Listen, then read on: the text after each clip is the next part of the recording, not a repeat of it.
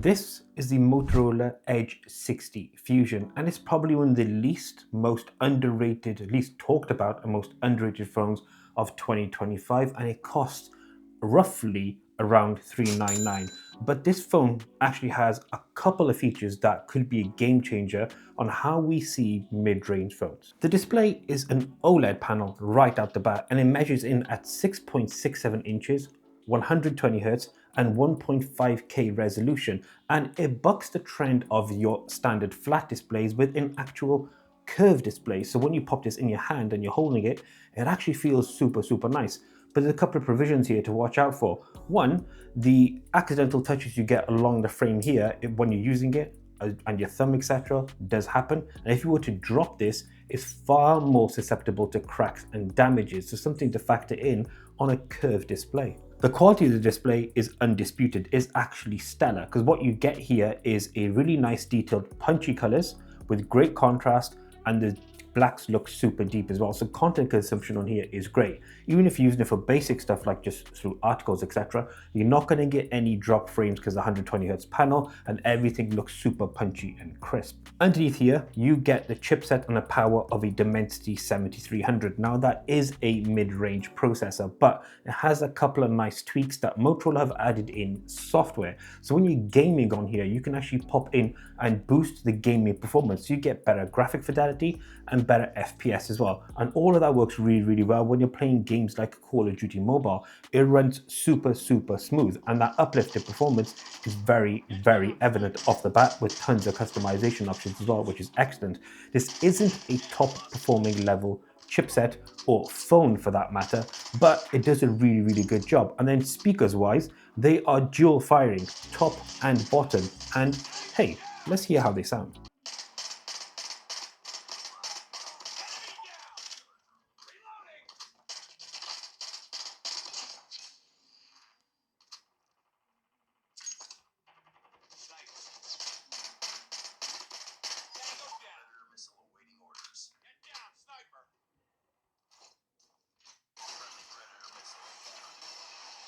And a couple of things to mention here, even under heavy load, using 3D Mark's lifestyle extreme test, it manages its throttling really well. In fact, there's probably no throttling at all of any kind. It's about 1.2%, which is basically insignificant. But there are a couple of things on here that I need to mention. One thing to mention is battery management is excellent, as well as heat management. Is only single figure drops even after that life cycle test on 3D Mark, which normally smashes out even the top level CPUs and GPUs. What this means in real world terms is you're going to get 8 to 10 hours of screen on time with 60% battery. So that is sick. And that means you can use this all day, every day, and not have any issues or concerns about battery life. The Edge 60 Fusion has an almost pixel-like software experience, and that's probably the best compliment I can give it. It does have a suite of Motorola-based apps, but beyond that, that's the only bloatware you'll find on here at all. One thing I did want to mention, which is slightly disappointing, is updates-wise.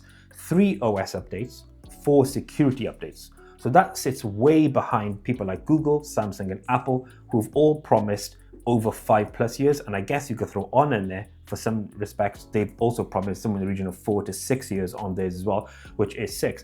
But then in terms of the OS itself, it's running Android 15 out of box with Motorola's own UI on top, and runs very well most of the time. There can be small moments of dropped frames and a slowdown in opening an app and closing an app if you're switching really quickly, but generally navigation is really good. On the AI front, you get Perplexity AI out of box, which is default loaded onto here, but of course you still get access to Google Gemini, ChatGPT, etc. The prompt, of course, is on Gemini, but AI implementation on this particular phone is super interesting and very unique. If you double tap the back panel here, you actually open up an internal panel, which is called Prompt Bar. Now what this does is it allows you to search anything at any point, anywhere on the web or on your screen. But what I can also do is capture notes immediately or it can even categorize different things that you want it to. For example, taking notes, voice to text, speech, etc.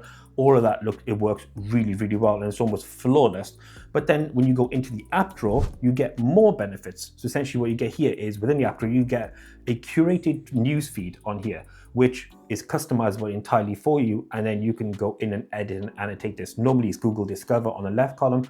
That still exists, but the newsfeed is fully customizable. If you add in things like journals, notes, etc., that is visible on here as well. So the experience in the AI is really smart because it's implemented in a way that you can actually use it daily and just make it part of your day-to-day life rather than being forced to use it. Cameras on the rear, you get two, 50 megapixel main with OIS and a 13 megapixel ultra wide. Now if I flip to the front, you get a 32 megapixel front facing sensor. But how do they perform? Starting off with the main lens. It offers some really good output. You can capture here some really nice pleasing shots. Colors are vibrant, and then there's a nice balance of contrast and sharpness as well. The portraits, on the other hand, they again look really nice and detailed, good background focus as well. But there are times where the edges are slightly messy and a bit overly jaggy, etc. But that's absolutely fine. The ultra wide, a 30 megapixel sensor, is serviceable at best, lower resolution, quality is passable, but it does a decent job, especially if you're capturing things like landscapes, etc. But if you pixel peep on that, it does drop its quality quite a bit. And then the front-facing camera, 32 megapixels, does a really good job. Captures a fair amount of detail, and then generally skin tones and colors look pretty good, and that's portrait and standard modes. For the social media aspect, if you're capturing photos on here, again, there is a slight drop down in quality. If you upload directly from the phone's camera up, that's fine. If you go via the social media app, for example, Instagram, you do see a drop in detail and clarity, and there's also a small crop. Then video, 4K 30 on the rear, again, nicely detailed. It does a good job balancing colors and contrast, and no real blurring here or motion blur when you're panning as well, unless you flick it quick. So the camera experience on the Moto Edge 60 Fusion looks really good. So how to sum up this particular phone? That price tag of $399 is the MSRP or RRP, as we say here in the UK, but you can actually find it for significantly less than that, probably close to £200 here in the UK, which is a bargain because this phone only has two real downsides, I would say. One is the ultra wide lens performance isn't great, and then there is no wireless charging. Beyond that, you're going to get a phone that has a really good display, which is punchy and vibrant, a really super clean OS.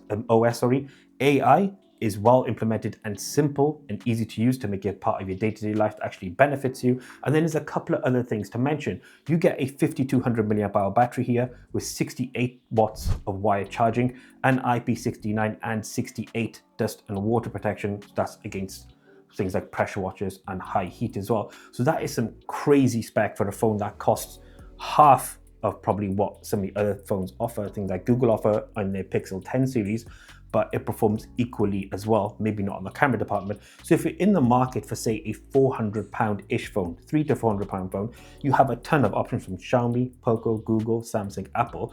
You want to add this to that list because this is a super underrated phone that a lot of people should be talking about. But let us know in the comment section below, what are your thoughts on the Motorola Edge 60 Fusion besides its incredibly long name? Would you buy this over the more reputable day-to-day brands like Samsung and Google? Let us know in the comment section and be sure to like and subscribe. Until the next one, we out.